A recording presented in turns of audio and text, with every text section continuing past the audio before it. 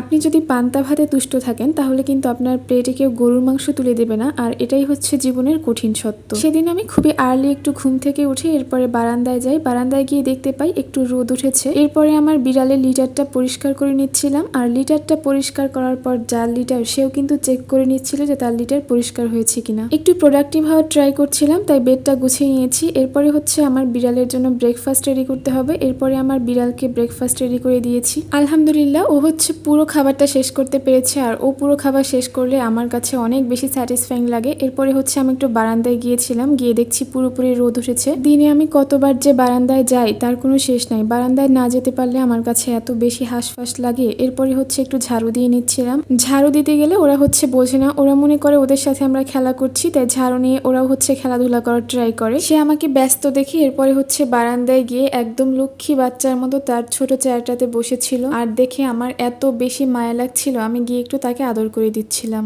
আমার অল্প একটু অ্যাটেনশন পেলে সে কিন্তু খুশি হয়। সামনে হচ্ছে একটা স্কুল আছে, আর সেখানে বাচ্চারা খেলাধুলা করছিল, একটু শোরগোল হচ্ছিল। প্রতিদিন সে হচ্ছে এরকম বাচ্চাদের শব্দ শোনা মাত্রই বারান্দায় গিয়ে বসে থাকে। বাচ্চাদের খেলাধুলা তার দেখতে অনেক বেশি ভালো লাগে। একটা লম্বা ঘুম থেকে ওঠার পর আমি একটু ফ্রেশ হয়ে নিচ্ছিলাম, তো ব্রাশ করে নিচ্ছিলাম। ওয়াশরুমের বাইরে এসে দেখি সে আমার জুতা নিয়ে এরকম বসে আছে। এরপরে আমি হচ্ছে একটু ফেস ওয়াশ করে নিচ্ছিলাম। তো আজকাল আমি কজেরেক্সের এই ফেস ওয়াশটা ব্যবহার করছি। আর ঘুম থেকে ওঠার পরে আমার কোল্ড অ্যালার্জি ট্রিগার্ড হয়ে এরকম অবস্থা হয়। এরপরে হচ্ছে ছোলা ডালার মুড়ি খেয়ে নিচ্ছিলাম। এটাই হচ্ছে আজকের ব্রেকফাস্ট। এটা খেতে আমার খুব একটা খারাপ লাগে না, রমজান রমজান একটা ফিল পাওয়া যায়। এরপরে হচ্ছে টুকটাক একটু অল্প স্বল্প কাজ সেরে নিচ্ছিলাম। আমার বিড়ালের পানির বাটিটা আমি প্রতিদিন চেঞ্জ করে দিই, তো পানির বাটিটা চেঞ্জ করে দিচ্ছিলাম। এরপরে জামা কাপড় ভাঁজ করে এরই মাঝে হচ্ছে তার খাওয়ার টাইম হয়ে গিয়েছে দুপুরের। এরপরে তার লাঞ্চ রেডি করে তাকে খাওয়ালাম। এই দুনিয়ায় খাওয়া নিয়ে তার যত নাকশামি। এরপরে আমি হচ্ছে একটু হেয়ার ব্রাশ করে লাঞ্চ সেরে একটা দই ট্রাই করলাম, আর এই দইটা ট্রাস্ট মি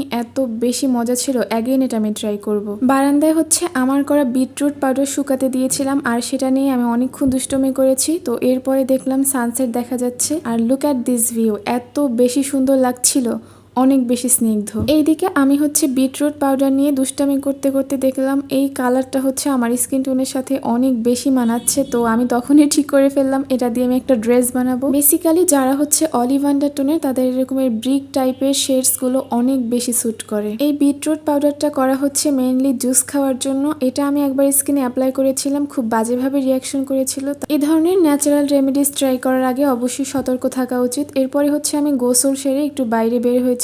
তো এরপরে হচ্ছে একটা মোমো পারচেস করেছিলাম। আম্মু হচ্ছে এখানে বেছে বেছে এরপরে আলু কিনছিল। বাসায় এসে মোমোটা ট্রাই করার পরে এত ডিসঅ্যাপয়েন্টেড হয়েছিলাম। আজকের ভিডিওটা এ পর্যন্তই। ভালো থাকো সবাই।